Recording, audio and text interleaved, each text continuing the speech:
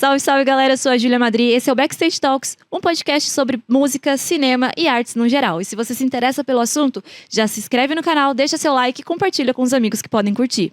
E se você tá ouvindo a gente pelo Spotify, já salva a playlist e segue a gente.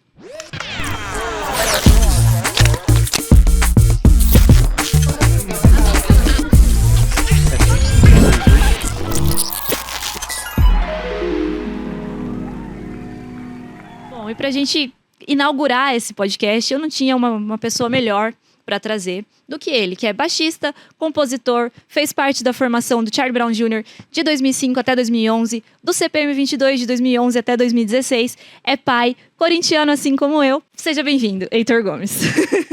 Muito obrigado, Júlia. Obrigado pelo convite aqui para o Backstage Talks. Estamos aqui para falar de música, de cultura, de artes. Muito obrigada, é uma honra imensa receber você aqui. E antes de começar, de fato, eu queria fazer um comentário que eu não sei quando que vocês vão estar assistindo e ouvindo isso, mas ontem, aqui na cidade de Indaiatuba, que é onde a gente está gravando, o Heitor fez um show numa casa, num bar aqui, The Hops, e teve a presença do Japinha, ex-baterista do CPM, e eu achei muito importante a sua fala pro Japinha em determinado momento do show, em que você elogiou muito a educação dele, elogiou muito a pessoa dele, a humildade dele. E a gente sabe que o Japinha teve uma polêmica algum tempo atrás, né, envolvendo uma garota e tudo mais, e que ele foi muito cancelado na internet, né? Ele teve uma retaliação muito grande. E eu acho que ele merece essa redenção pública e saber que alguém que conviveu com ele tanto tempo, que esteve ao lado dele, que conhece ele e que fala tão bem dele assim, falando publicamente sobre ele e expondo ele de uma maneira tão positiva, é justificável que ele tenha chorado, que ele tenha se emocionado. Então, eu como fã das duas bandas da qual você fez parte, e eu tenho a agradecer por você permitir com que o Japinha possa ter uma imagem tão bonita com os fãs. O Japinha é uma pessoa muito especial, né? Esse episódio que ele teve foi realmente eu acho totalmente injusto, e, né, essa é a minha opinião. E assim, e como como ele foi exposto nesse contexto aí dessa história, né? E, enfim, sem entrar de verdade, de fato, no mérito, mas realmente eu conheço o Japinha, eu sei muito da educação dele. Desde que eu conheci ele, sempre a mesma pessoa, uma pessoa humilde, uma pessoa de muita educação mesmo, assim, de docilidade, uma pessoa generosa, querida. Então, realmente, eu não poderia deixar de enaltecer todas né, as coisas boas que ele tem. E sem falar que ele é um músico excepcional, um baita artista, profissional. E realmente cara, acho que é isso que é a verdade, né? A gente tem que... Hoje, essa era da internet, o cancelamento é uma coisa muito... Eu acho muito tóxica, porque as pessoas, elas estão ali no feed, ali olhando, e elas às vezes elas atacam pedra sem saber de fato o que está acontecendo, só vai ali no efeito manada e vê aquela mobilização de pessoas que estão atrás do seu celular, do computador, e sabe, é uma coisa muito assim, desumana, sabe, a internet. Eu acho isso muito desumano. Então, realmente, o que ele passou foi isso, um ato desumano e tóxico da internet, mas que realmente não merecia. Então, é óbvio que ele merece toda as redenções e, enfim, toda a continuidade da carreira dele da melhor forma possível. Legal, muito obrigada. E o Japinha, inclusive, é uma pessoa que eu tenho interesse em trazer aqui, eu pretendo trazê-lo aqui, porque é isso, é dar espaço, é abrir o microfone e deixar que a pessoa faça o que ela sabe fazer, né? E o que você falou sobre a internet é uma grande realidade. As pessoas esquecem que do outro lado é uma pessoa também, né? Então, bom, vamos falar de você agora. Eu vou usar minha colinha. eu queria saber mais como que foi a sua jornada como músico mesmo, até chegar ao Charlie Brown e depois ao CPM. Como que foi o processo todo? A música para mim eu não posso falar sem citar o meu pai, né? Meu pai é meu grande mestre, Chico Gomes, meu mentor musical, minha maior inspiração no contrabaixo, meu maior ídolo no contrabaixo. Então, realmente, meu pai é o grande culpado de eu ter escolhido a música como profissão. Quando eu tinha meus 15 para 16 anos, eu tive uma fase difícil, pessoalmente, minha, né, pessoal. E ele chegou para mim e falou: olha, estuda música porque você, meu filho, você tem isso aí no sangue, DNA, e você pode se dar bem. E desde então eu passei a me dedicar com a ajuda dele. E realmente eu só colhi frutos bons. E eu tive um começo com bandas de garagem, com bandas de molecada, e tocando em festivais de escola em Santos, até começar o profissionalismo, né, na noite de Santos, na região, com 19 anos. E depois, com 21 para 23, eu realmente também, mais uma vez eu consultei o meu pai, meu grande mestre. Ele falou: olha, Heitor, se você não se dedicar mesmo como uma faculdade, você não vai conseguir, entendeu? Você chegou, já não... Legal, você tem talento, mas assim, precisa se dedicar a estudar mesmo. Então, dos meus 21 aos 23, eu praticamente fiz uma faculdade com ele. E esse era o meu desejo na época, com 23 para 24 anos, prestar vestibular, fazer faculdade.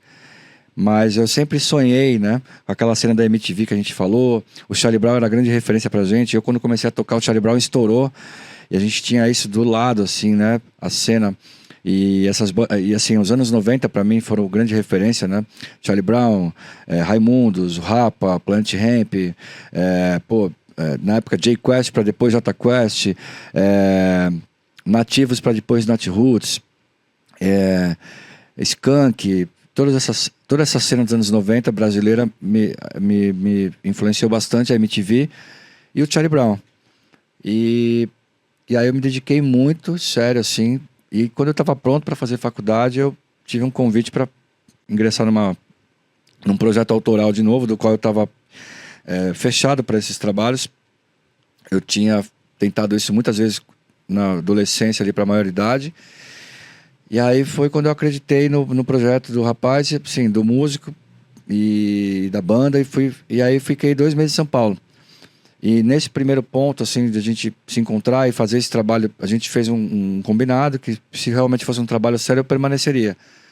E aí foi nesse momento que, no final de 2004, que eu conheci o Rick Bonadio. O Rick Bonadio foi no ensaio dessa banda. Aí eu falei: pô, essa banda tá fazendo um trabalho sério então. E fiquei em São Paulo por uns 2 meses. Do final de 2004 para 2005. E aí em 2005 eu voltando, porque eu ficava a semana inteira em São Paulo com essa galera numa casa, e voltava para só trocar de roupa, fazer mala e voltar para segunda-feira em São Paulo. Aí tocou o telefone num domingo assim, e era realmente o Pinguim e o produtor executivo do Charlie Brown na época, já me falando que eu tinha um teste para fazer para um projeto do Chorão paralelo no dia seguinte, assim. E aí foi uma loucura, porque eu tive que contar uma história para esse pessoal dessa banda, que depois fez parte do trabalho da Imunidade Musical, né, que era o Conexão Baixada, que foi, né, do vocalista do Tubarão, e que eu tinha uma empatia, uma afinidade. Eu já tinha participado de outros projetos dele, como era o Grito da Rua, que foi a primeira banda dele que teve mais uma ascensão assim, na região. Depois virou Conexão Baixada.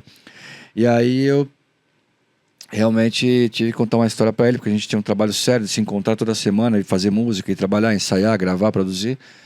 E aí, enfim, fui para esse teste aí durante, né, nesse dia 7 de fevereiro de 2005. O telefone tocou no dia 6, no domingo, 11 horas da noite, e no dia 7 eu tinha um teste às 14 horas no estúdio em Santos. E aí eu fui e fiquei 3 dias fazendo o teste, né? No primeiro dia não foi Chorão, não foi o Thiago Castanho, que estava já inserido nesse contexto do projeto do Chorão, e do qual era o estúdio dele, mas foi o produtor executivo e o batera, o Pinguim. E aí a gente tocou, fez um som, parecia que eles já estavam me olhando, assim. Aí não, beleza, vem no dia seguinte. Aí na terça-feira, que pra mim realmente foi o grande dia assim, um grande teste, porque realmente a gente tocou muito. O Thiago Castanho veio, era aniversário dele, e a gente tocou muito. Então a gente tocou Charlie Brown, a gente fez muitas jams, E aquela coisa, né, de você testar o ímpeto do músico, soltar um riff freestyle, uma base freestyle, e você sair tocando em cima, às vezes só no golpe de vista, você olhar e pegar ali a harmonia, ouvido e golpe de vista e estilo. Então foi feito todos esses testes, a gente tocou muito nesse dia. E aí, depois, eles ficaram 2 horas no telefone, o Thiago e o Chorão. Eu passava na porta assim, e o Thiago, não, é o menino e tal, pode acreditar e tal. Aí beleza, então vem aí no dia seguinte de novo, aí, dia 9, às 14 horas, estava lá eu de novo no terceiro dia do teste, no ensaio.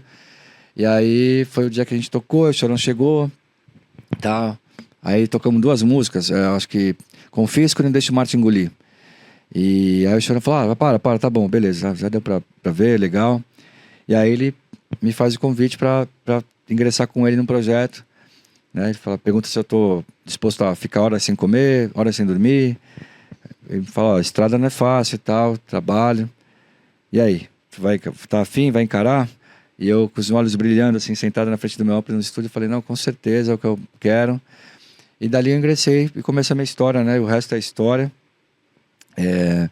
Mas ainda era um projeto Chorão Tour 2005, talvez só eu não soubesse, né?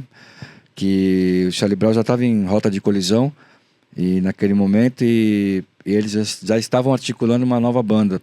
Eu, mais novinho, eu realmente achava que era um projeto Chorão. Eu acreditei, tinha um adesivo assim que chamava Chorão Tour 2005. Eu acho que eu acreditei por causa do adesivo.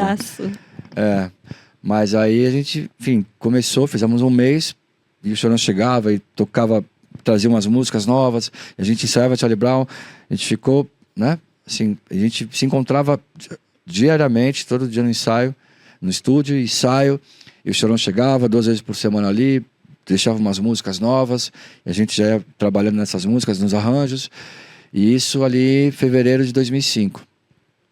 Um mês depois, em março, realmente veio o anúncio, o Chorão chegou no estúdio pra gente, chegou na reunião, a gente falou, ó, vocês vão assumir o Charlie Brown daqui pra frente, e aí realmente, né, aí mudou tudo, né, assim, realmente aí foi outra situação, e olha, a gente já tem um show super importante, o show da Jovem Pan agora em abril, e aí vamos ter que fazer, enfim, pra cima.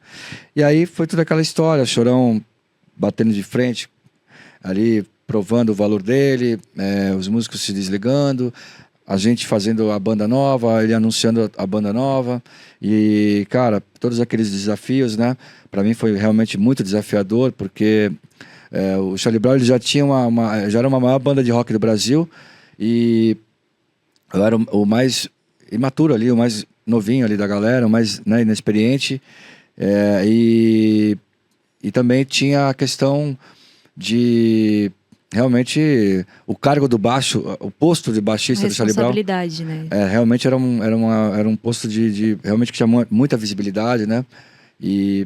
Mas é isso, assim, a gente continuou trabalhando, os primeiros meses foram de muitos desafios, provações, até que a gente começou a lançar o nosso trabalho autoral. E aí as pessoas, os fãs começaram a ver o Heitor Gomes tocando músicas autorais e eu mostrando as minhas composições. Futuro Labirinto, assim, outras músicas, o Imunidade Musical, né, o Skate Vibration e o Imunidade Musical. Então, vem Lutar Pelo Que É Meu, primeiro single, o show da Mix no Pacaembu para 30 mil pessoas, e que dali saiu o clipe de Lutar Pelo Que É Meu. Músicas como No Passo a Passo, Too Fast to Live, Young to Die, que abre o disco, Onde Não Existe a Paz, Não Existe Amor, O Mundo Explodiu Lá Fora, Ela Vai Voltar, que foi o segundo single, e aí, né, Senhor do Tempo. Eu tenho uma lembrança muito forte de assistir. Eu não tive a oportunidade de ir em nenhum show do Charlie Brown. Mas eu lembro de assistir alguns vídeos de shows. E eu não vou lembrar qual é o show, mas tem um show que o Chorão te apresenta e ele fala... Na introdução de Senhor do Tempo, ele te apresenta, ele te abraça, ele fala que é melhor do que a palavra, maluco, é o exemplo. E aí ele te abraça e fala que é sua, e aí ele te passa a bola para você fazer a introdução da música. E isso ficou marcado para mim. E eu tenho essa memória de o Chorão trazer muito você assim pra galera, né? Tipo, meio que quase que pedir as pessoas te acolherem ali naquele lugar, porque eu imagino que como você mesmo falou, um desafio muito grande assumir ali um cargo que até então era de um cara gigante.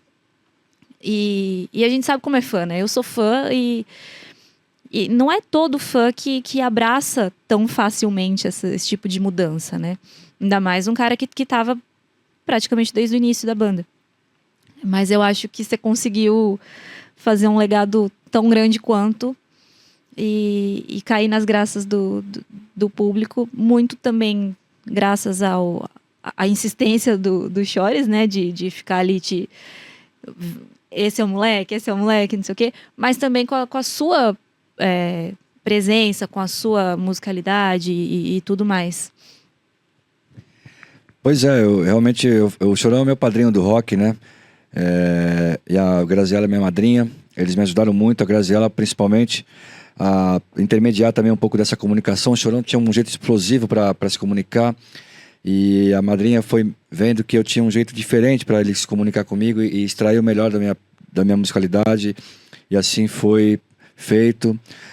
O Chorão é um cara assim que ele sabia que o meu muro era o maior para né, para pular.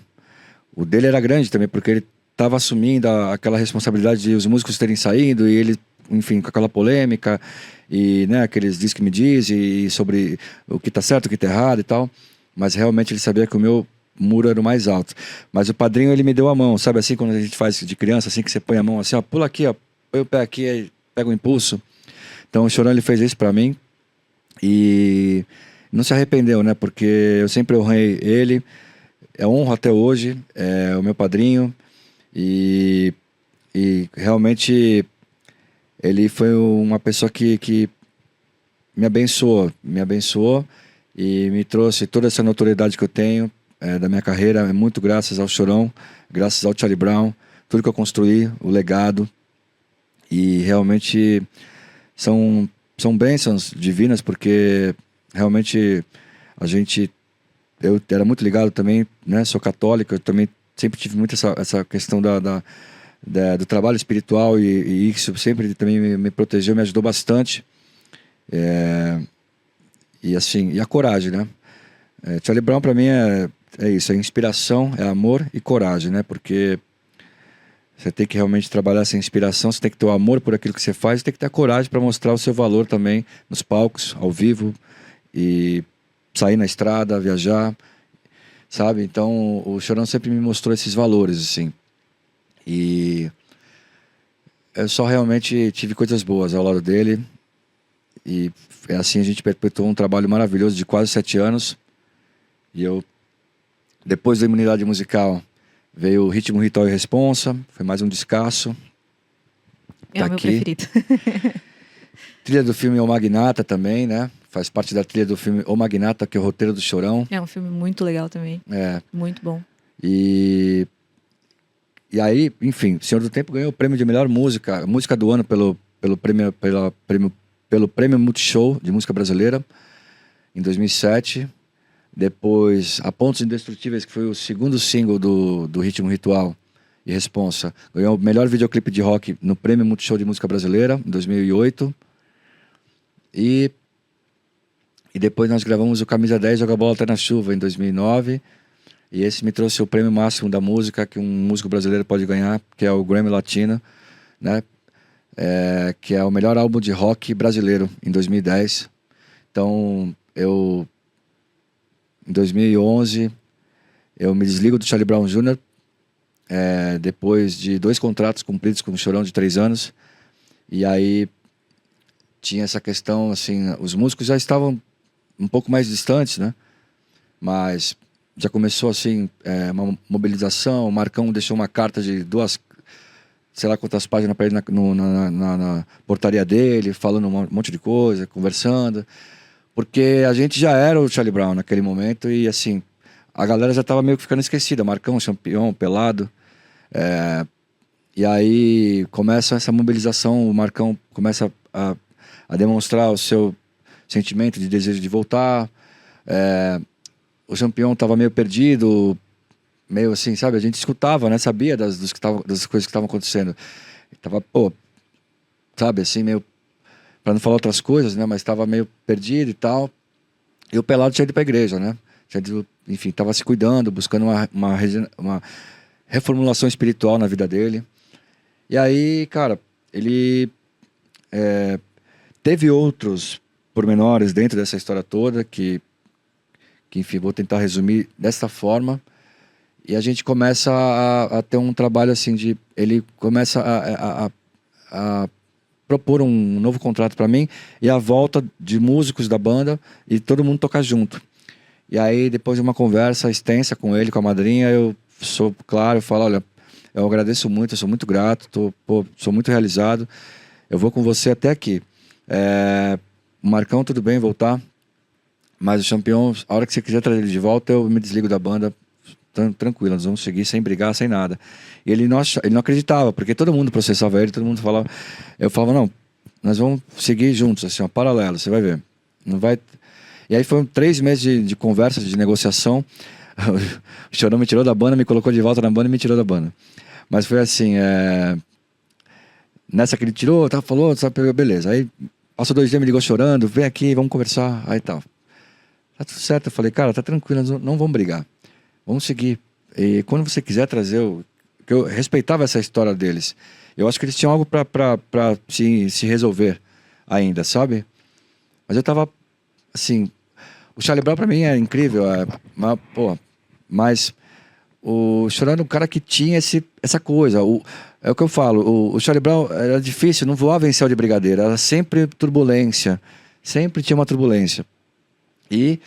eu tava um pouco cansado já, eu queria ficar um pouco mais em paz, tranquilo. Pra mim, sabe? E tinha um pouco dessa sombra também, da questão dos outros músicos e tal. E pra mim já tava resolvido. Eu falei, pô, já fiz aqui pra mim, então, pô, o que eu conquistei. Claro que essa consciência do que eu fiz com o Charlie Brown só veio anos depois. Mas eu tava realmente querendo entregar de uma forma tranquila e me desligar e seguir meu caminho em paz. Eu acho que foi um grande feito você ter conseguido fazer isso sem briga, né? Porque é difícil ouvir alguém que nunca brigou ou que foi contra algo que o Chorão propôs e conseguiu sair numa boa, assim, né? Todo mundo tem uma história de que se desentendeu com ele, depois ficou de bem, ou que brigou e nunca mais voltou. Acredito eu que a intensidade dele era difícil de lidar, né? Mas você conseguiu depois até unir as duas bandas, né? Pois é, então. Ele realmente, primeiro feito que ele, uma certa vez chegou pra mim e falou assim, cara, eu não acredito, mano, você conseguiu. Foi essa questão de entrar na banda e eu fazer o meu nome e a história. Em determinado ponto dessa trajetória, ele chegou pra mim assim, até me arrepia todo. Ele falou, cara, meu, incrível, cara, você conseguiu fazer o que ninguém achava que você ia conseguir fazer, cara, que era se fazer o Heitor Gomes dentro do Charlie Brown Jr., se criar, consolidar, você ter o carinho dos fãs, o respeito e conquistar o teu público, e você conseguiu. E depois, nessa trajetória de me desligar da banda, ele mais uma vez, Heitor, caramba, cara, você caiu de pé, velho. Não sei como é que você... Falei, meu... E assim foi, entrei e saí pela porta da frente do Charlie Brown, e caí de pé eu prometi para ele, sem briga, sem polêmica, e deixei o caminho aberto para ele fazer o que ele desejava fazer, o que ele precisava fazer, enfim. E aí, não contente, né? Assim, não contente. Eu, enfim, passei. Foi numa quinta-feira, a última vez que a gente se falou pro telefone, ele me ligou, Heitor, tal, então beleza, meu, vamos dar um tempo e tal. Beleza, falei, senhor, não, tá tudo certo, tá em casa. E, pô, ele tô com um projeto aí mais pra frente, eu devo te chamar. Eu falei, não, tá bom, tamo junto, vamos que vamos e tal. E desliguei numa quinta-feira, saí, fui andar pelo Canal 3 até a Praia de Santos, assim, tirei um container das minhas costas, assim, falei, ufa, aliviado, consegui me desligar, consegui entregar. Depois de 3 meses, assim, que teve esses pormenores que eu, né, não foi fácil, teve, né, várias situações, mas eu consegui ir levando, contornando, com hombridade, com integridade, fibra, trabalho, consciência. E aí eu falei, bom, eu tinha acabado de pegar uma casa em Santos, construído um home studio dentro dessa casa. Falei, vou fazer produção, né? Vou trabalhar com produção de música e tal, enfim. Aí passou uma semana, chegou numa quinta-feira seguinte, o telefone toca de novo. Eu vejo lá 011. Aí eu senti um negócio assim, falei, pô, alô?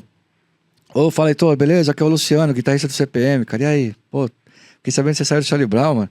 Eu falei, pois é, mano. Ele, pô, nosso baixista saiu também, mano. Você não quer tocar com a gente, cara? Eu falei, porra, velho. Só faltava não. Ele falou, pô, você toca de paleta? Toco. Você tem isso, tem aquilo? Tem.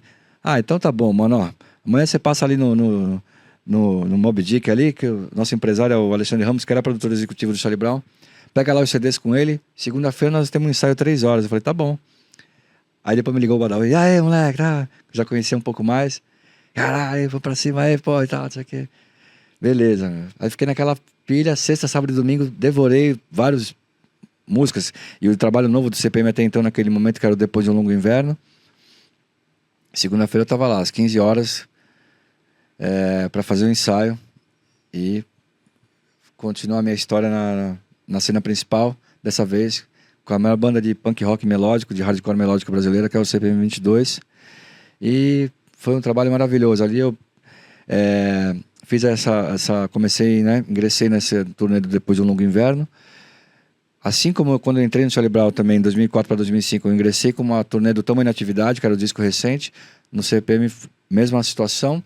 E a gente já começou, de um tempo depois, a fazer um trabalho que eles eram meio assim, não eram muito a favor, mas depois eu fui uma das pessoas que mais massifiquei essa questão que o CPM tinha que ter um acústico. Já tinha trabalhos autorais para ter um acústico, já tinha um legado incrível. E aí, exatamente isso. Em 2012, a gente começa a ensaiar o acústico. E aí eu faço meu primeiro trabalho ao vivo, CD e DVD ao vivo acústico, que eu não tinha na minha carreira. Um trabalho maravilhoso. E aí, incrível. A gente faz a turnê de 2014, 2013 para 2014. E aí, 2014 para 2015, vem a turnê dos 20 anos da banda. E aí, 2015, eu faço o maior show da minha vida com a banda, que é a gravação do CD e DVD ao vivo, Rock in Rio, CPM 22 ao vivo no Rock in Rio em 2015, no Palco Mundo. E realmente, no dia 24 de setembro de 2015, às 7 horas da noite, a gente pisava no Palco Mundo. O CPM pisava no Rock in Rio pela primeira vez, de cara no Palco Mundo, gravando já um CD e DVD ao vivo, turnê dos 20 anos. E foi um show épico, maravilhoso, e do qual eu pude realmente realizar uma das maiores apresentações da minha carreira, o meu maior show da minha vida, para 100 mil pessoas, para milhares de pessoas ligadas na TV, no mundo inteiro. E num line-up que tinha System of a Down, Queens of the Stone Age, Hollywood Vampires.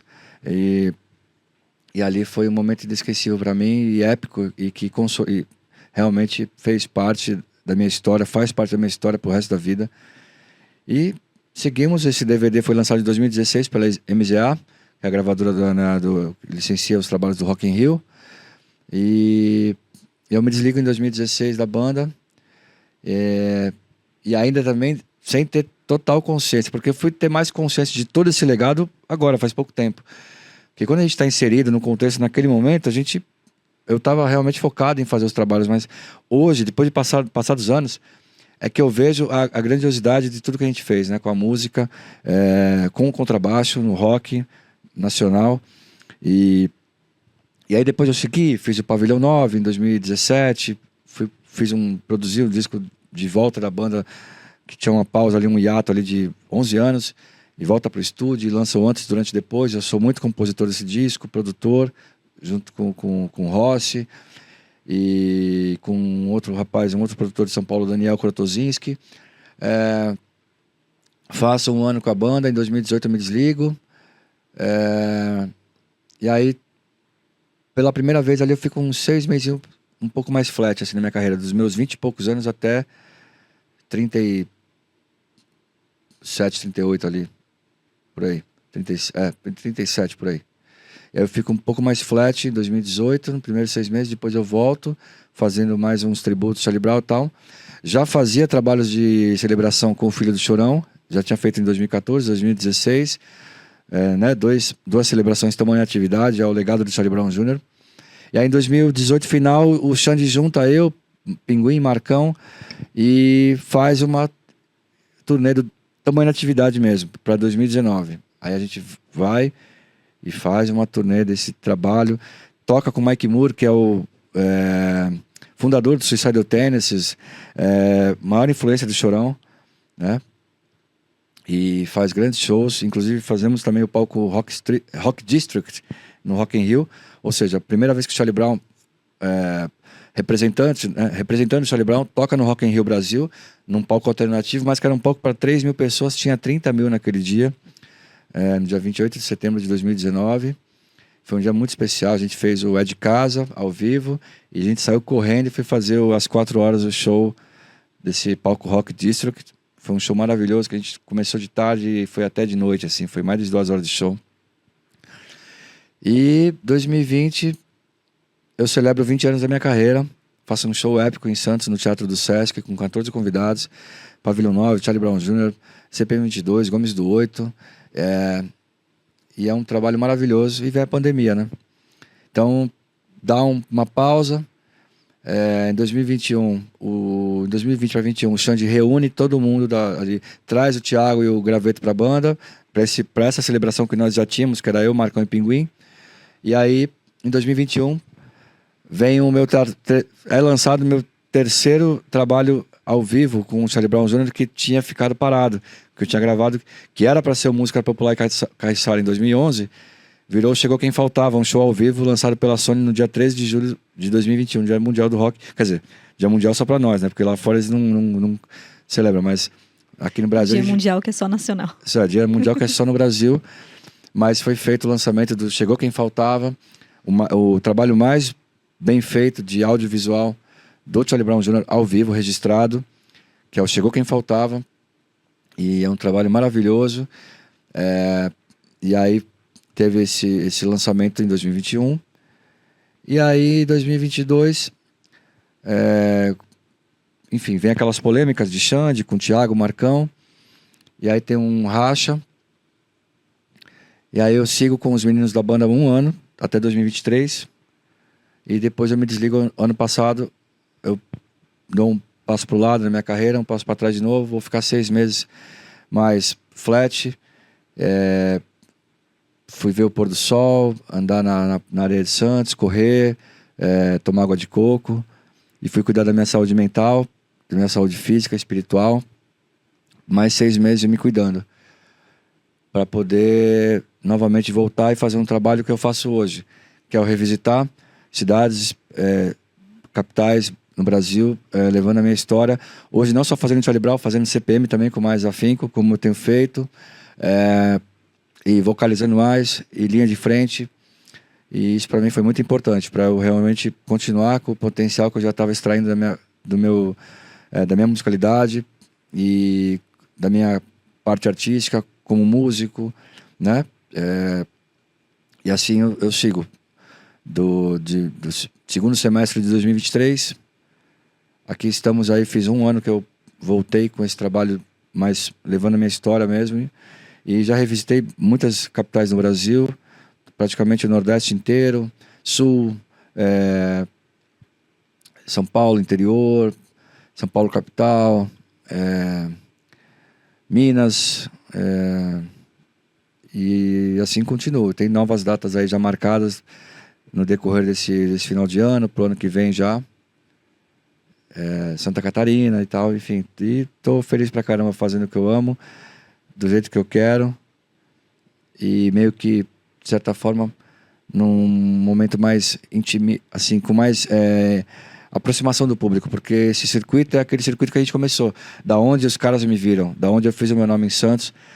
São pubs, bares, casas de show menores, e às vezes pintam shows para muita gente, mas eu tenho feito esse nicho, assim, sabe? Essa coisa mais próxima. Mais próxima, exato. É legal, porque cria conexões, cria proximidade, né? Cria laços. E retomando um pouco o que a gente estava falando um pouco mais no início, você citou, além do seu pai, grandes referências. Como que você acha que essas referências que você tem na música te ajudaram a moldar o seu estilo próprio? Justamente isso, eu acho que é pelo ter um berço de músico, já contrabaixista, muito ligado ao jazz, à música brasileira, bossa nova. Eu nasci nesse berço, né? Então, desde sempre eu escutei muitos discos de instrumentistas. Então, um baixista norte-americano falecido foi uma das minhas influências, Jaco Pastorius, outros baixistas de instrumental, músicos instrumentais como Marcus Miller, Stanley Clarke, Ron Carter, baixistas norte-americanos realmente do que, né, do fino música instrumental, jazz, e assim, eu também sempre tive o pé no rock, não teve jeito. Então eu escutei muito Led Zeppelin 4, aquele disco para mim eu escutava no vinil, muito.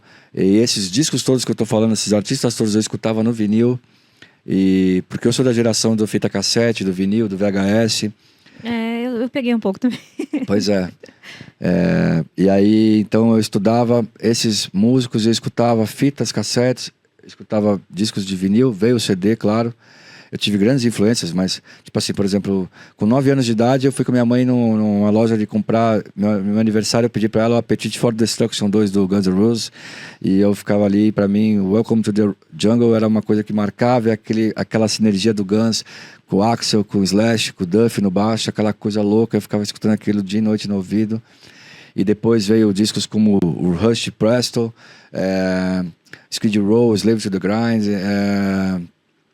E assim, eu sempre fui eclético, então eu tinha uma coletânea do Jackson's Five, eu tinha uma coletânea do Bob Marley, Legend, e assim eu fui realmente crescendo e escutando aí essa fase mais adolescente, muito jazz, e Led Zeppelin, e Hendrix, e Eric Clapton, e cara, e aí quando veio o Red Hot foi minha paixão, quando eu vi o Flea assim... Não tem como, né? Aí aquilo fiquei Flea maníaco, assim, aquela paixão... Sim. Aquela coisa, eu queria ser o Flea, pintava o cabelo e tal, aquela coisa toda. Então o Flea é uma das meus top 5 referências. E meu pai, Flea e Champignon, quando também surgiu o Charlie Brown, era um cara que me influenciou muito. E eu tinha mais dois, um que eu já escutava muito, que era o Weston Family Man, baixista do The Wailers, do Bob Marley. E por último, esse grande músico, que hoje é um dos maiores músicos do mundo, contrabaixista, o Victor Uten, que tocou muito com Bela Fleck também, um bandolinista norte-americano, enfim, ganhador de Grammy e trabalhos maravilhosos. E ele tem o trabalho dele solo, Victor Uten, e eu também escutava muito. E eu via aquelas técnicas dele em VHS e tudo mais. Tudo isso, e as horas de estudo ali no estúdio, e ali eu ficava o dia inteiro no estúdio, chegava 8 horas da manhã, saía 10 horas da noite, ficava todo dia e era vendo meu pai dar aula, vendo meu pai tocar, vendo meu pai produzir, compor, era vendo VHS, era ouvindo disco de vinil, era ouvindo fita cassete, era recebendo aluno, era vendo o show do meu pai, era naquele ambiente por muitos anos, assim, fiquei um bom tempo ali vivenciando isso, e eu saía, ia tocar, ia dar canja na noite, via e ficava e tal, aquela loucura, aquela ficava naquela insanidade, aquela insanidade no bom sentido, mas aquela paixão, assim, todo dia por horas, assim, todo dia por horas. E como eu disse, depois teve aquele momento que eu, do 21 aos 23, eu saí um pouco da boemia, eu deixei de ficar indo dormir 6, 7 horas da manhã, e passei a dormir cedo, a orar, a meditar, a estudar programação neurolinguística, a ir para a igreja, me batizar na católica, e estudos, técnicas. Então eu cuidei desse tripé. Sim. Eu realmente cuidei da minha parte espiritual, fui para a igreja, eu não era batizado, eu fui fazer a primeira comunhão, o curso de catolicismo, eu fui fazer a primeira comunhão, me batizar para fazer a primeira comunhão e depois o crisma.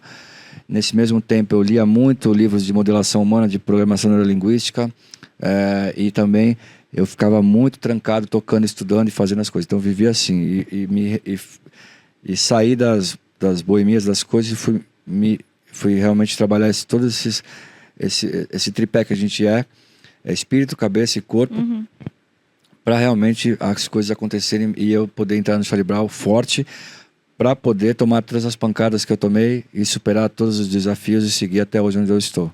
Eu acho muito legal que você cite isso, porque eu acho que, numa grande maioria, homens, e principalmente no cenário do rock, tem um paradigma muito grande com saúde mental, com se cuidar de fato.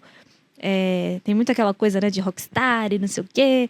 E eu acho que a sua influência é importante para que as pessoas um pouco mais jovens ou que tem algum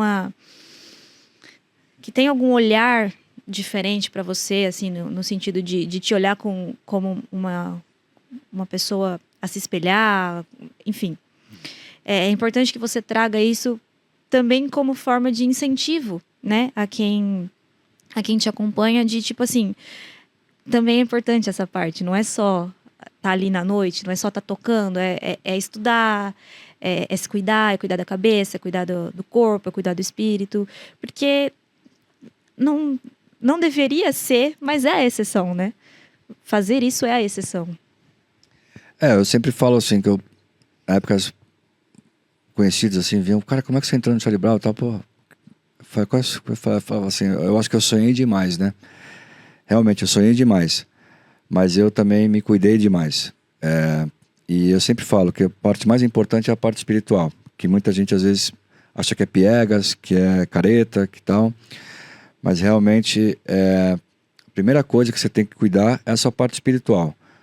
Realmente, seja você católico, espírita, né, de outras religiões, você tem que cuidar, porque a gente é primeiramente energia, espírito, né? Então, se você está bem, se você está centrado, se você está conectado com o universo, está em paz, tudo flui. A sua dedicação, os seus estudos intelectuais vão fluir, sua parte física vai fluir. Então não adianta. Então, mas nós somos um tripé. Nós somos isso, é espírito, cabeça e corpo.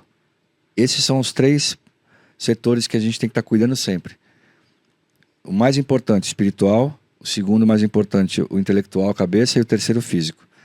Porque o físico, o corpo, ele é o resultado da sua cabeça, que é o resultado do espírito. Então, realmente isso é muito importante. Eu sempre falo que a chave, o segredo do sucesso é você justamente se dedicar a isso.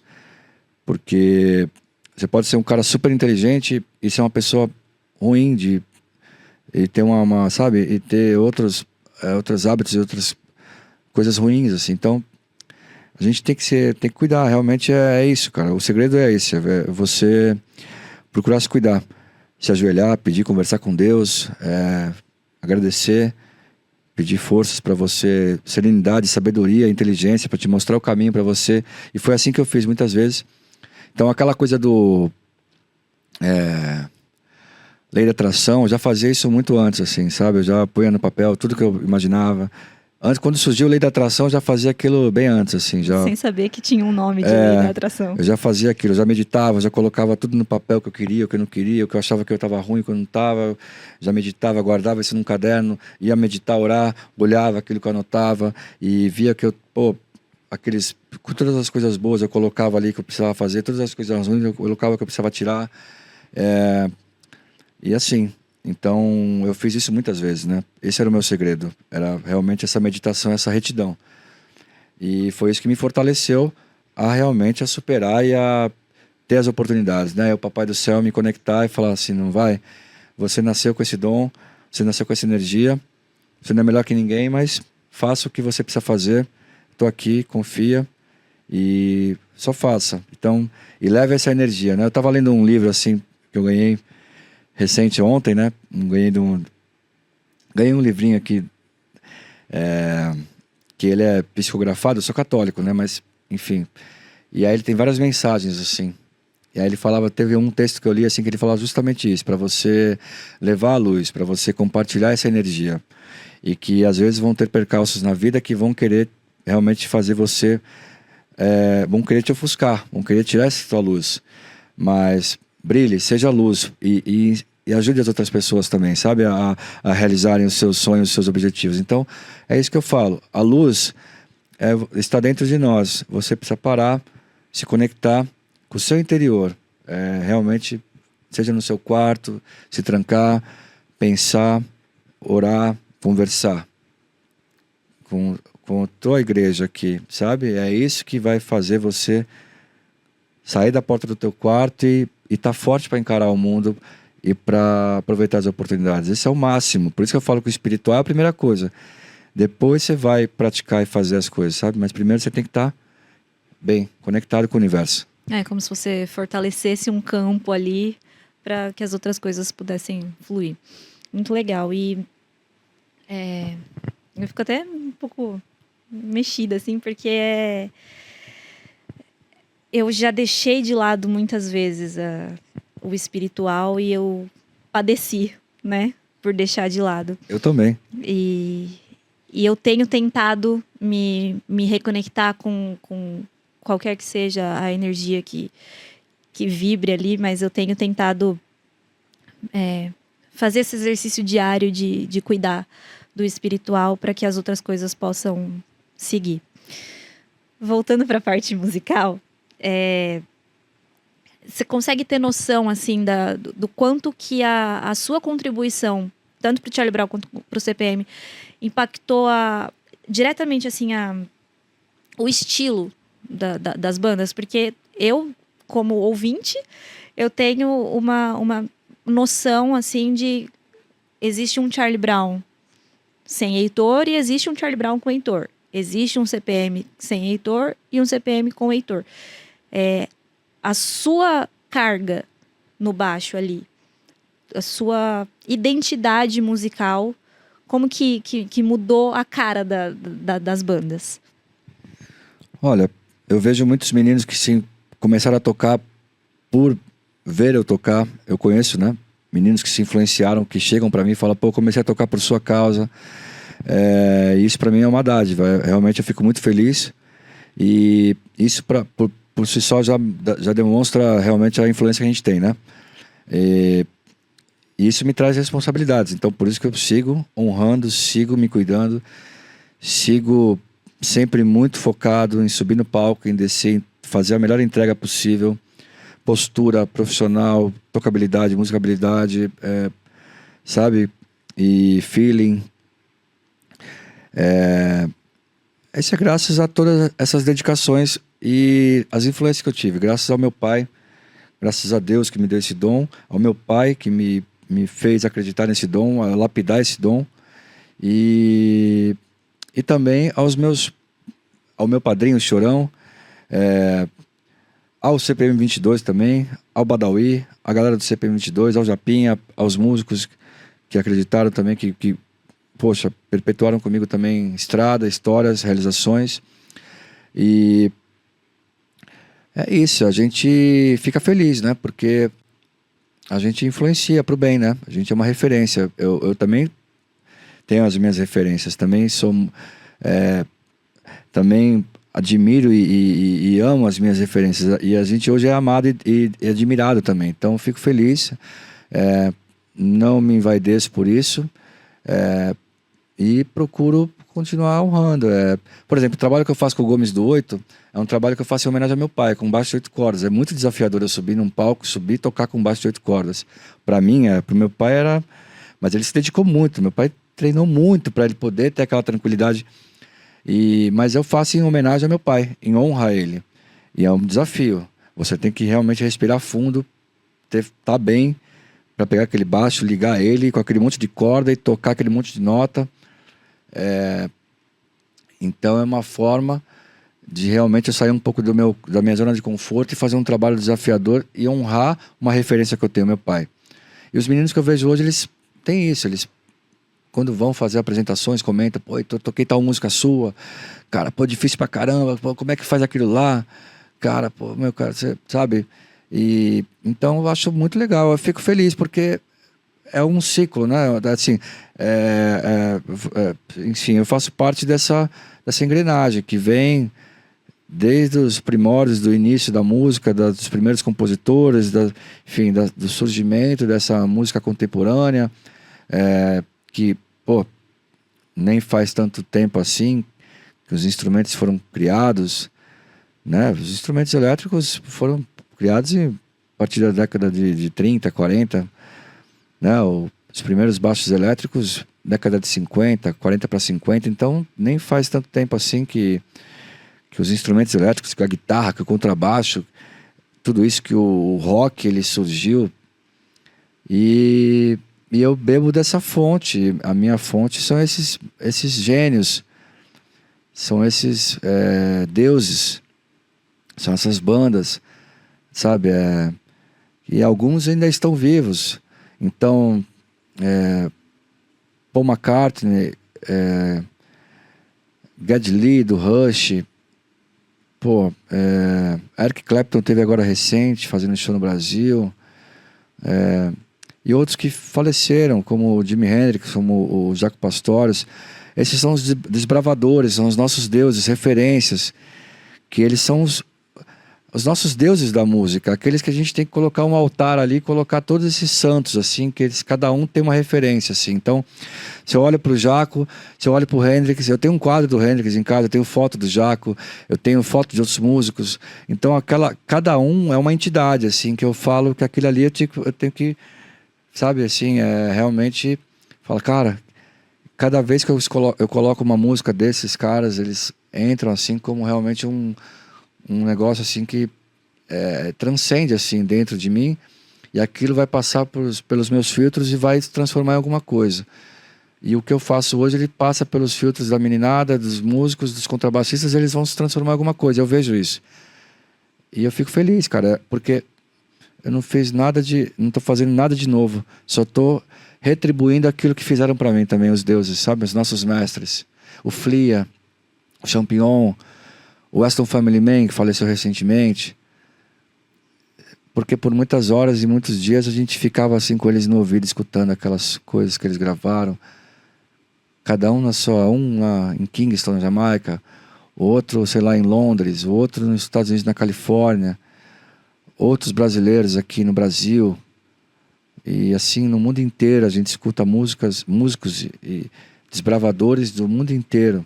Esses são os nossos deuses. Essa igreja da música espiritual, todos eles são anjos e que emanaram vibrações e coisas assim que transcenderam. E a música, ela transcende. Você vai conectando, aí você vai transformando e vai fazendo.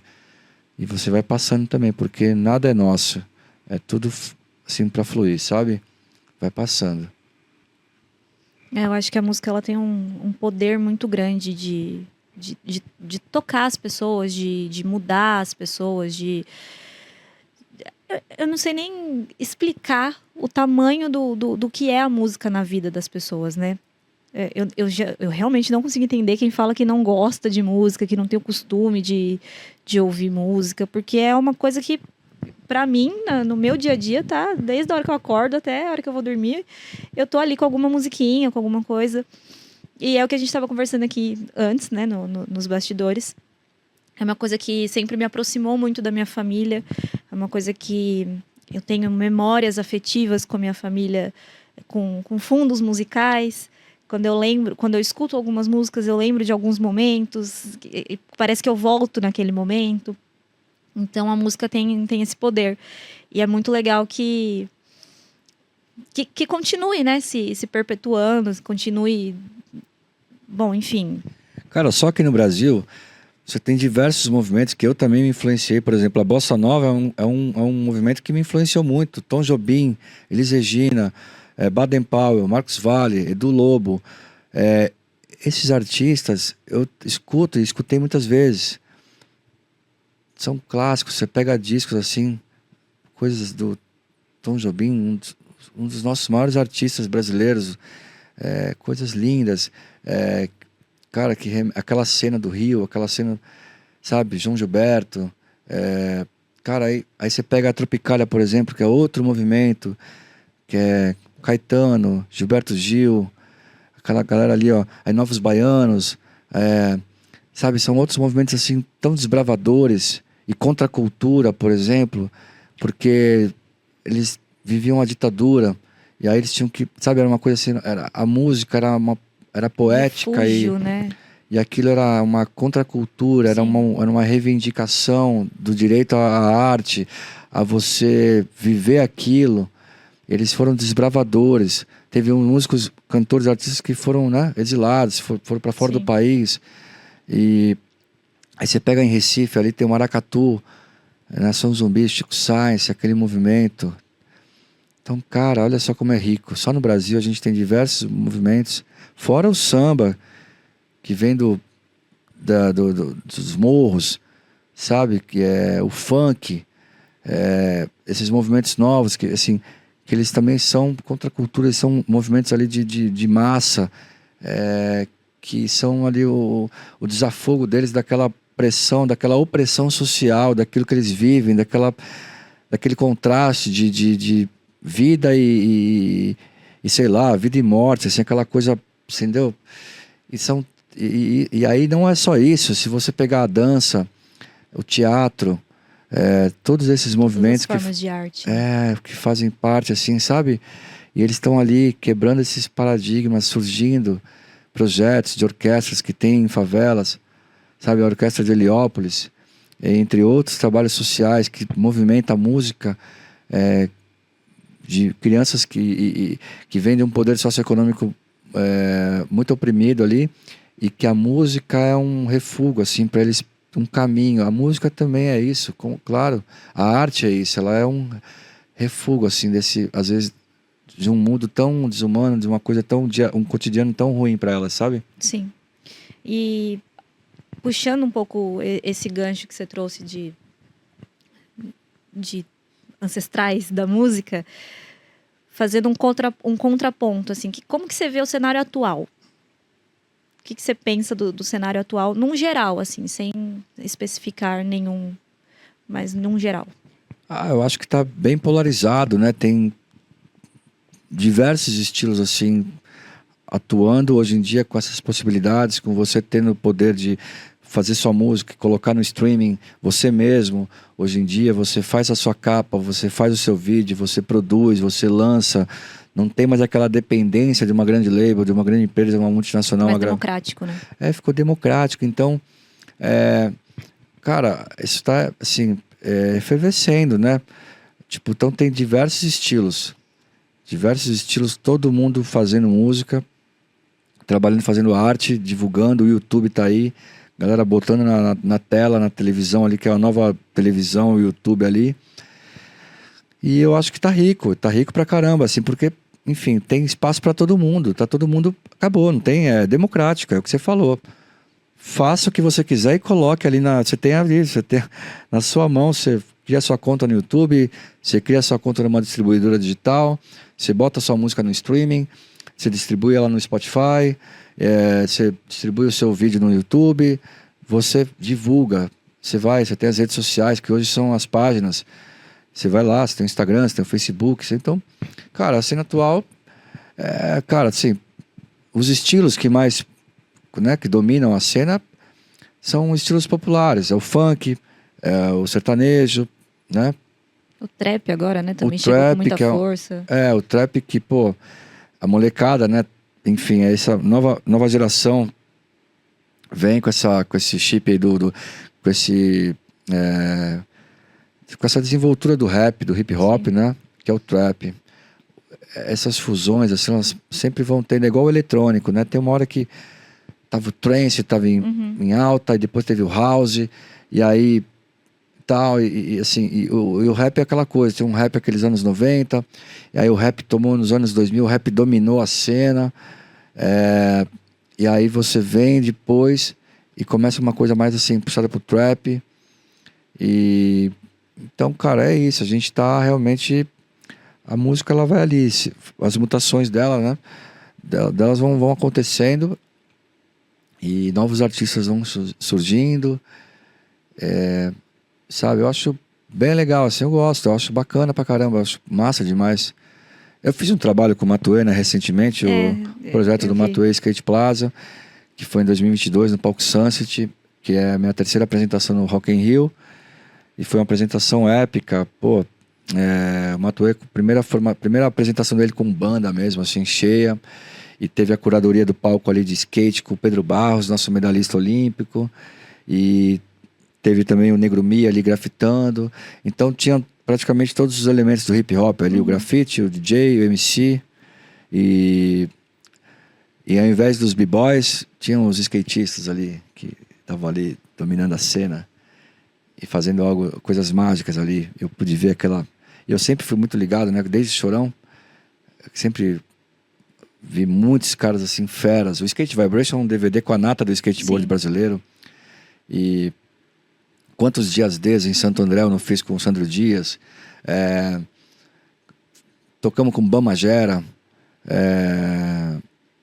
Mike Vallely, Jake Brown, Bob Burnquist. Cara, caras assim, impressionantes, assim, sabe? Tá me fugindo o nome agora de outra lenda do skate que a gente tocou em 2019. E assim... E aí depois com o CPM também, que era uma banda que vem, o Badá também anda de skate. Eu sempre, tipo, rodeado, ainda não contente, vim do Matuê Skate Plaza, que era um projeto que o Matuê também é skatista, e o Pedro Barros como curador, que é um monstro. É um menino iluminado, assim, é um cara assim também que vai entrar nesse aspecto espiritual, Sim. essa coisa transcendental, o esporte, a música pra ele, e o universo. Ele também é esse cara, assim, que é dessa cultura, sabe, assim, de estar se cuidando, pra ele poder fazer aqueles voos que ele faz, aquelas coisas no parque, que você fala, cara, o cara faz aquilo e volta e não se machuca. Como é que faz isso? Como é que é isso? É legal que tem gente que é tão iluminada que parece que você vê, né? A luz em volta da Cara, você pessoa. vê, ele é um cara assim. A Raicinha é uma menina que eu falo, meu, ela é mais assim, contida nessa coisa, né? Mas ela é uma menina que nem precisa demonstrar, porque ela já é uma entidade ali que já... Bom, o apelido dela é Fadinha, né? Só não podia ser ela diferente, brilha né? como uma... Já tinha um negócio ali desde pequenininha, dos 4 anos, que já era uma coisa ali, sabe? Eu falo, cara, assim como o Chorão também. O Chorão também era um cara, uma entidade, assim. Chegava aquela coisa, aquela energia, cara. Tanto é que tá aí até hoje, mesmo depois da sua partida, ele parece que continua vivo, né? Porque não deixa morrer, né? Pois é. Ele é um cara, assim, que tem esse lado humano. E se eu parar para olhar esse anel aqui, por exemplo, que é essa caveira com uma coroa, que remete a isso. A simbologia é o legado que você, pós-morte, você construiu. E a coroa justamente é isso. Coroa é uma caveira, porque a vida após a morte e aquilo que você é. Aquela entidade. Sabe? Então, a caveira com uma coroa, ela justamente é o que você após a morte, o que você é, o que você foi, o que você deixou. É isso, sabe? Então, Chorão é um cara assim, é um cara que tá ali entre os nossos, ali com a sua coroa, meu padrinho.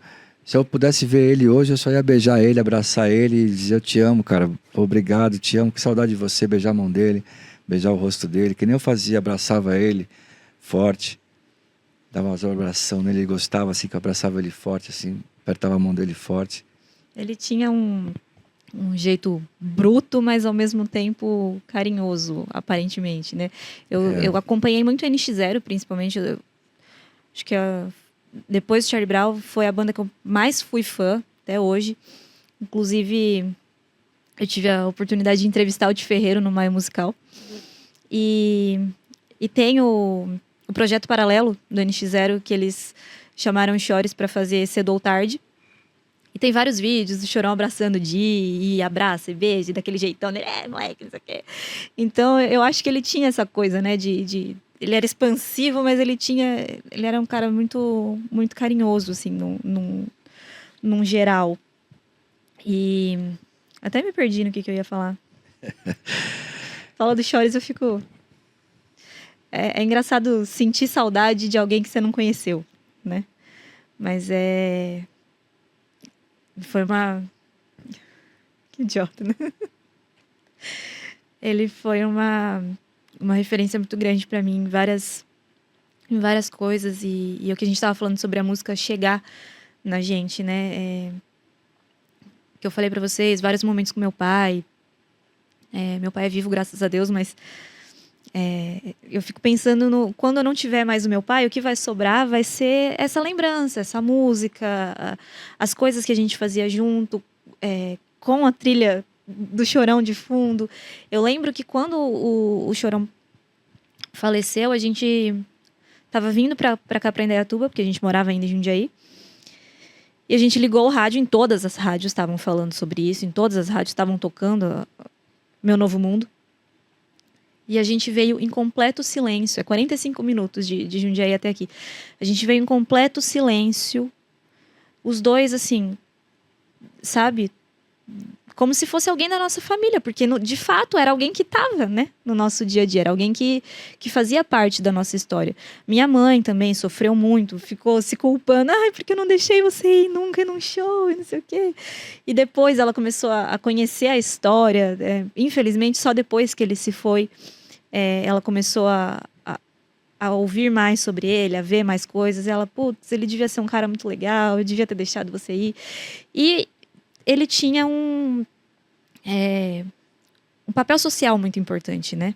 O Charlie Brown, apesar de ter muitas músicas sobre romance e tudo mais, tinha uma pegada social, e nos shows ele dava muitas mensagens, né? Ele meio que era um paizão dos fãs, eu acho, né? De tipo, ficar lá. Acho que tinha show até que ele extrapolava um pouco, né? Que ele ficava mais palestrando do que cantando, mas ele tinha uma coisa dessa, né? É muito legal. Bom, eu vou falar um projeto dele que é maravilhoso. Ele construiu uma ala no Hospital do Câncer, né? E colocou o nome do pai dele. O pai dele faleceu de câncer. Ele tinha uma dor, assim, uma saudade do pai dele incrível. E a gente tocou algumas vezes no Festival de Barretos. E o presidente lá do instituto e tal adorava ele também. E a gente chegou a visitar o Hospital do Câncer. E aí depois ele se comprometeu e construiu uma ala para os motoristas, né, que fazem os translados dos pacientes para tratamento. Então tem uma ala com o nome do pai do Chorão, construída para abrigar esses trabalhadores, sabe, que estão ali apoiando também o Instituto. Esse foi só uma das ações dele que ele teve. Enfim, deu cadeira de roda elétrica lá para... Não sei se era um menino chamado Tulinho, que é um querido aí, um menino super talentoso. Enfim, coisa assim, de 20 mil reais. Pegava e não vou falar que vou te dar aqui e tal. Entre outras coisas que ele fazia, sabe, para outras pessoas, assim. Então, realmente ele era um cara que estava sempre ajudando, assim, as pessoas, procurando ver essas necessidades, assim, muito especiais, e ele praticava, sabe, se fazia isso. E ele não ficava mostrando isso, sabe, ele não gostava de ficar, ele deixava meio em off mesmo, assim. Mas esse do Hospital do Câncer é muito legal, né? Eu, assim, particularmente, eu sinto um pouco de falta dessa posição social dos artistas de agora, sabe? Assim, essa galera da cena nova, posso estar falando besteira, eles podem fazer que nem o Chores, fazer por detrás das cortinas, fazer um monte de coisa, e é louvável. Mas eu sinto falta nas letras, principalmente, sabe? De trazer uma mensagem, de trazer alguma coisa.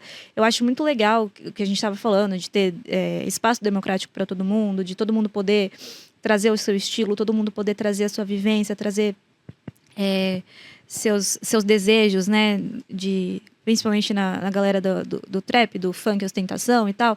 Eu acho muito legal, porque isso... sei lá, é uma parte da cultura. Já passei da fase de roqueira rebelde, não, funk é um lixo, não sei o quê. Não, faz parte da nossa cultura. Sabe? Tá aí, e é uma realidade que é diferente da minha, diferente de outra pessoa. Enfim, mas eu sinto falta de novas pessoas trazendo, sabe? Eu não quero dizer que precisava excluir esses, mas sinto falta de outras pessoas surgindo, trazendo... algo um pouco mais lírico, saca? O que você acha disso? Eu acho que você tem razão. Realmente, como a gente estava falando, a Tropicália, aqueles movimentos, eles eram contra a cultura. Eles tinham uma barreira para romper. Eles tinham, assim como o rap também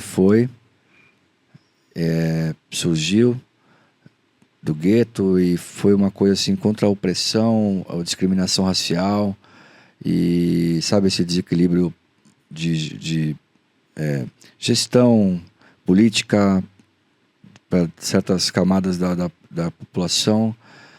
O funk também tem o funk consciente. Começou também com funks assim de consciência. Também começou. Sabe?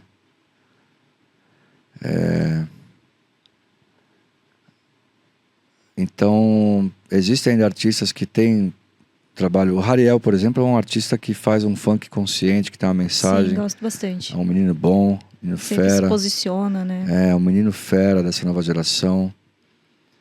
Mas realmente eu acho que perdeu um pouco, assim. Acho que hoje não tem tanto esse...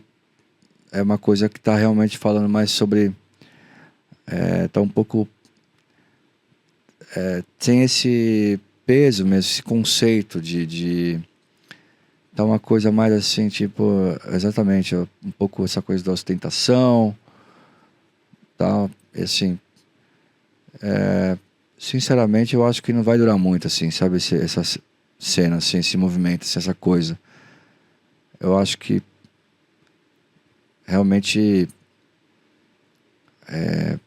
a galera vai sentir falta dessas coisas que têm realmente mais valor poético e social. E coisas assim que são líricas mesmo, que se não tá nem com a questão aqui social, mas tem realmente um valor musical rico, assim, sabe? Uma coisa, arte, né? Então, é a mensagem, né? Então, acho que realmente o Chorão tinha muito isso, né? O que acontece? O Chorão é um cara que tem essa idolatria porque ele fazia coisas, assim, de relacionamento, mas ele fazia também muitas coisas, assim, de consciência, sabe? De mensagem positiva. Eu, por exemplo, lancei recentemente um clipe com o Gomes do Oito que chama Pleno Ser. E eu fiz um trabalho com uma dança contemporânea. Uma coreógrafa, uma bailarina de mais de 40 anos de experiência de trabalhos dedicados à arte. Uma mestra lá de Santos, formada em Direito, atuou na área, bailarina, tem seu instituto de dança, tem o seu centro de arte contemporânea Santista. E ela pediu 2 meses para fazer a coreografia para mim. Ela fez um trabalho incrível. O intérprete, o Cássio Sanches, trabalho incrível. Então você vê uma coisa assim, arte, né? Linda, assim, aquela... Essa era uma das coisas que eu ia tocar no assunto, de como que outras formas de arte te envolvem e te influenciam. Pois Acabou hoje... trazendo junto. Pois é, hoje eu realmente, quando eu lancei esse disco recente autoral meu com o Gomes do Oito. Tem 12 músicas. A última chama Pleno Ser. É a única faixa que eu canto. Então ela é uma mensagem.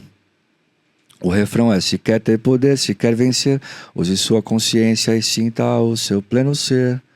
Né? Se quer ter poder, se quer vencer, use sua consciência e sinta o seu pleno ser. E aí na letra ela fala sobre justamente isso, das dificuldades que a gente tem que buscar isso dentro da gente e conectado com o universo, com o espírito, com o espiritual, com esse trabalho de, né, consciência. Então, quando eu pensei no lance do roteiro do clipe, eu imaginei arte. E assim, tanto que a minha parte cantando ela é bem minimalista no vídeo, e eu tocando é um pouco mais, mas também é minimalista. O que fica é o bailarino ali, é o intérprete com a dança contemporânea. E a coreógrafa criou a coreografia em cima da música. Então, um trabalho maravilhoso. É um bailarino, é um punk de asas, assim, sabe? É um bailarino punk, assim, tem uma saia assim, tem asas, e ele tem um cabelo punk, assim, tal. Vamos deixar o link na descrição. Esse trabalho é muito bom, vale a pena. Quem vê, por exemplo, ele foi exposto agora na UnoArte, que eu faço faculdade de música. Depois de anos, eu queria fazer com 20 e poucos anos, e hoje eu já estou no 7º termo de licenciatura em música pela UnoOeste. Um orgulho que eu tenho de estar quase concluindo meu primeiro diploma aí, como, né? Eu pretendo não parar mais de estudar. Então, ano que vem eu vou me formar na licenciatura em música pela UnoOeste. E aí todo ano tem a UnoArte, que são 3 dias assim de exposições de painéis de debates, apresentações e tal. Ano passado eu apresentei uma versão que eu tenho, um popurrí de Garota de Ipanema com Sorte de Ser Com Você, no baixo de 8 cordas, no meu estúdio. Já foi muito legal. A Luli Rata, que é a coordenadora do curso, adorou. Eu mandei o link, porque a matriz é em Presidente Prudente, horas de casa, né? Eu faço EAD. Meu polo é no Guarujá. Então eu faço provas, tudo. Fiz agora o simulado, vai ter o ENAD agora em novembro. E cada trimestre eu faço provas lá no Guarujá, que é uma faculdade maravilhosa, um prédio lindo, novo, que é muito rico a medicina, né, no Guarujá. E aí esse ano eu mandei o Pleno Ser pra ela, o clipe. Aí ela, nossa, Heitor, que coisa maravilhosa. Dá pra ver que não é qualquer coisa não, hein? Ela falando assim, olha só, porque licenciatura em música, ela engloba o guarda-chuva tem são artes, né? Artes integradas, então é música, teatro, dança e artes visuais. Então, ela ficou impressionada, assim, eu falei, e assim, então, eu fiquei muito orgulhoso também, e assim, eu fico muito feliz, porque realmente eu faço uma faculdade que para mim é até mais fácil, né? Porque eu já vivo disso, já vivo da música, então eu tenho apresentações com orquestras que estão ali nas horas complementares do curso, apresentações no Rock in Rio. Então, quando eu vou lá cadastrar horas complementares, ela que passa para ver, nossa, você tocou no Rock in Rio? Nossa, que chique, você fez um trabalho com orquestra.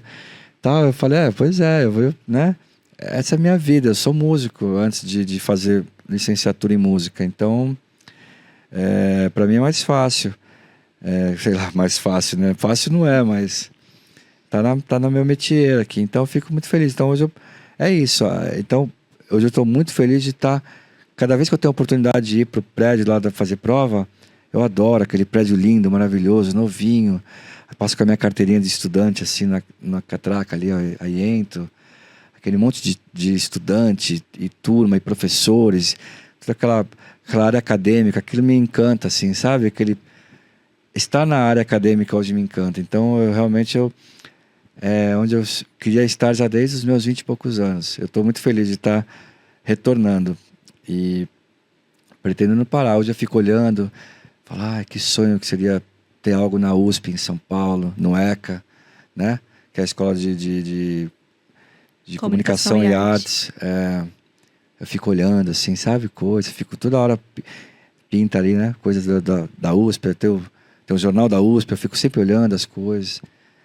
Aí tem a Unicamp aqui em Campinas, que é maravilhosa também, que é muito rica também em artes, em música.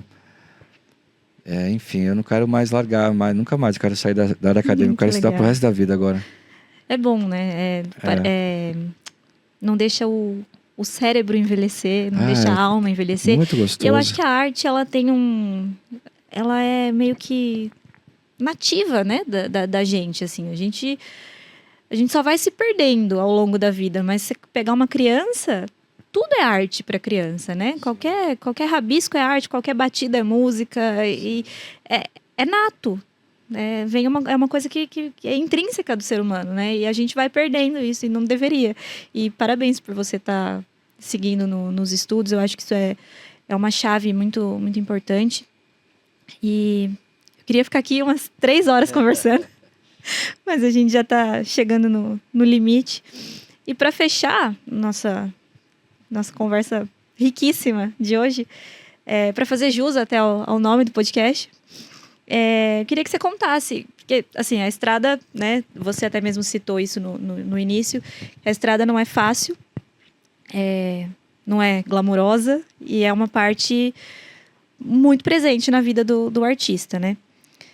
E aí, pensando em bastidores, se você tem alguma história de alguma turnê no CPM ou no Charlie Brown, alguma coisa que te marcou de turnê, assim, de bastidores, de estrada.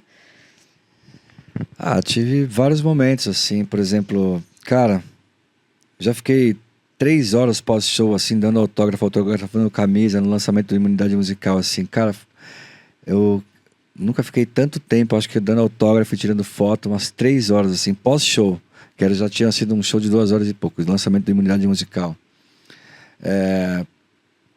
Bagunça de camarim, por exemplo, com o CPM, no turnê da acústica, a gente foi tocar em Camboriú, Cara, a gente...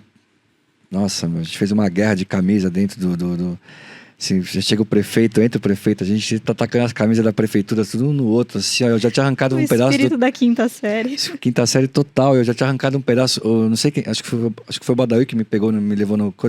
Aí arranquei um pedaço do teto, assim, um palco todo lindo, maravilhoso, o palco, o camarim, cheio de fruta, não sei o quê.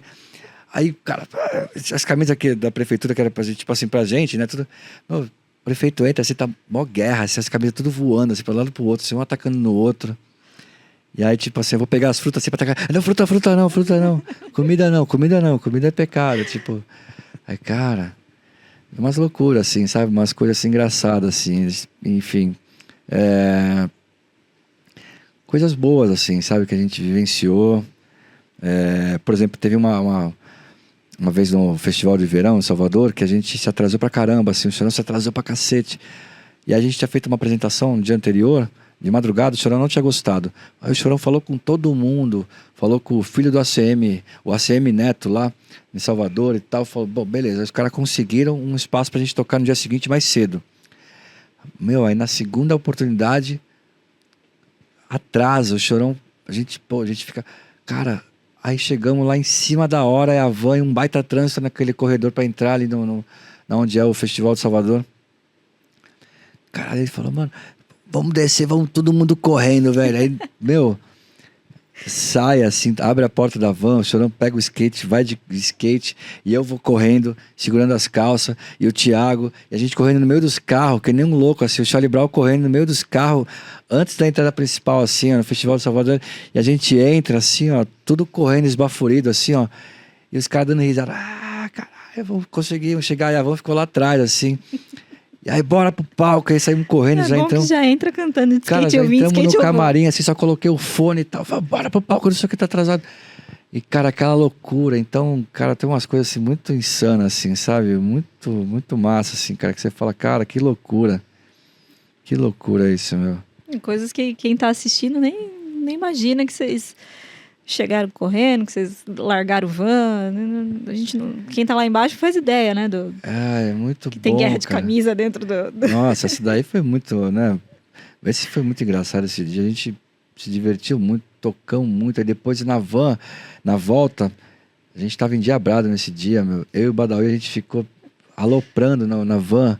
E o motorista era um aposentado escrivão da polícia. O cara parou no meio da estrada e falou: se vocês não pararem agora, meu, eu vou deixar vocês aqui no meio da estrada, vocês vão embora. Porque era tipo uns 40 minutos do hotel até a praia.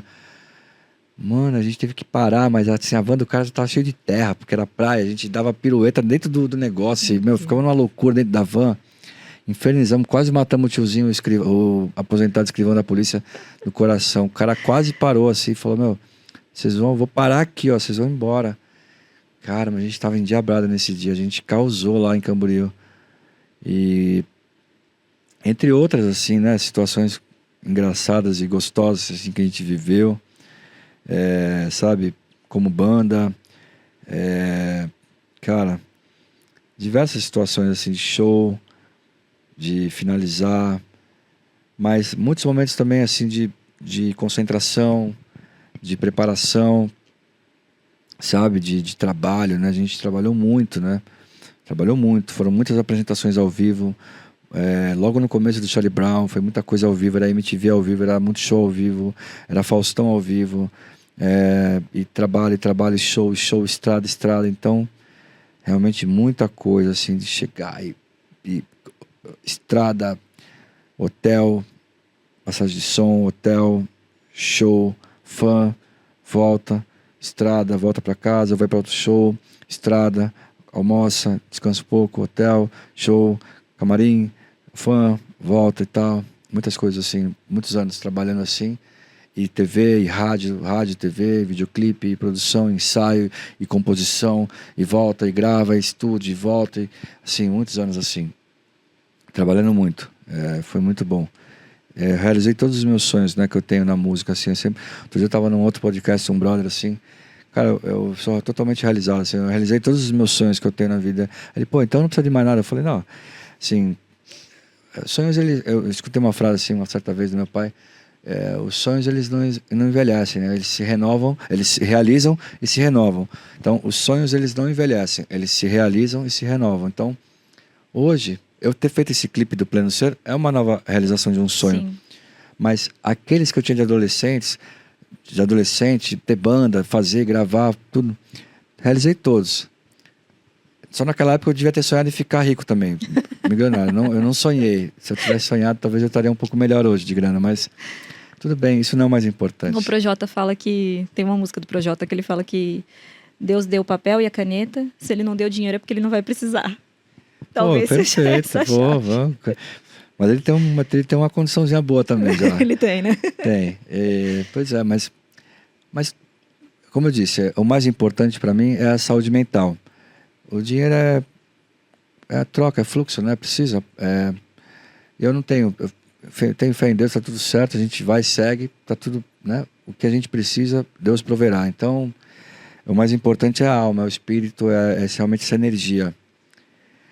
E é isso, e seguimos firme na nossa propósito de viver da arte. Muito obrigada, Heitor. Bom, me emocionei, dei risada. Espero que vocês tenham gostado.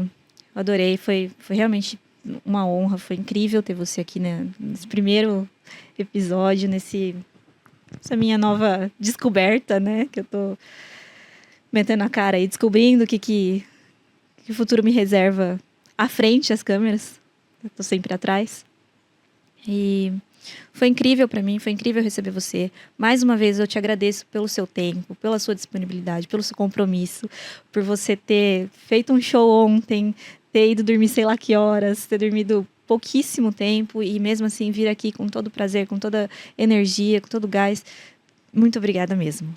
Obrigado a você, Júlia. Muito sucesso pro Backstage Talks. Para mim é uma honra. Eu amo Indaiatuba, cidade maravilhosa. Fico muito feliz de estar aqui fazendo o seu primeiro programa de muitos aí para você, viu? Obrigada. Vida Então. longa. Obrigada.